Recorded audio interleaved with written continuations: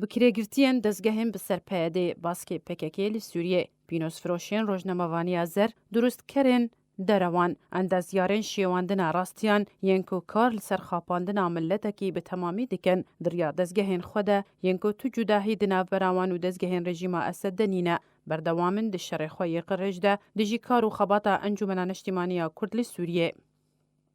بوێ مەبەستێ پەیادێ هەمووکارینێن بکرێگرتیان خوا یەن پەروەردەکری لە سەرکین و دژمناتیە خەباتکارن ڕاستەقینە یەن ئەنجومەنە نیشتیمانیە کوردی لە سووریێ بکارتینەن درستنا راپۆرتên dirêj yên ku kar têda têkirin ji bo dûrxistina xelkê ji rastiyê û ji bo wê yekê xama pînosên xwe ya jehrawî rastserî enekesê kirine herî dawî jî raporta dûr ji pêşeyî û profesyonaliya karê ragihandinê ya dijî enekesê li ser malpera xwe anha belav kirine û têde ji bilî nerastiyên ku hatine durustkirin derbarê xebat û xebatkarên Encûmena Neştîmaniya Kurdî li Sûriyê her wiha zanyariyên şaş têde hene.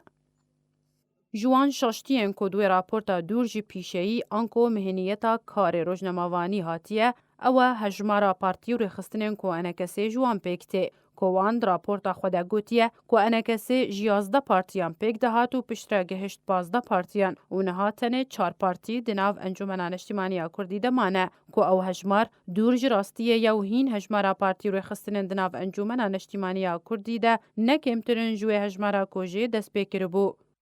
Serbarî wê şaştiya ku di malpera bi ser PYD ve hatiye ku siyasetmedar İbrahim Biro sekreterê Partiya El-Wehde ya Demokratiya Kurd li Sûriyeyê lê ya rast ew e ku siyasetmedar İbrahim Biro endamê desteya siyasî ya Partiya Yekîtiya Kurdistanî Sûriyeyê û Partiya El-Wehde ya Demokratiya Kurd li Sûriyê bi serkirdayetiya Mihyedîn Şêx Aliyê ku wan di demekê de şaştî di zanyariya derbarî yek ji wan partiyên ku PYD bi xwe piştevaniya wê dike û Şêx Alî û partiya xwe nas kirine bi berdevkê neeşkere yên PYD.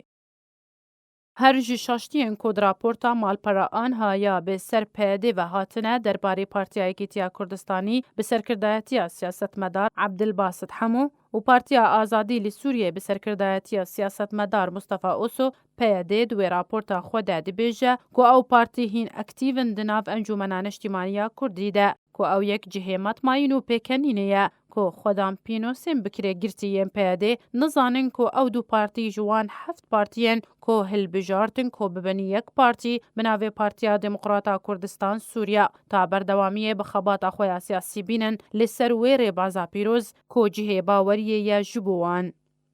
PYD ew rêxistine ya komîna hemû rêxistinên ku ji PKK şîn hatine tenê destgehên istixbaratî ewlekarî û leşkerî ne û tu projeyê wan yên netewî li ser xakzemînê nîne û piştî binveçûn an ku iflasa wan li ser hemû astan û tiştek di destê wan de nema xelkê pê bixapînin û rastiya wan eşkere bû hewl didin neserkeftina xwe bi êrîşkirin li ser Encûmena Neştîmaniya Kurdî li Sûriyê spî bikin û li paş derewan veşêrin lê ew şaştî diaxivin û bêhtir rûyê wanî reş eşkere dikin.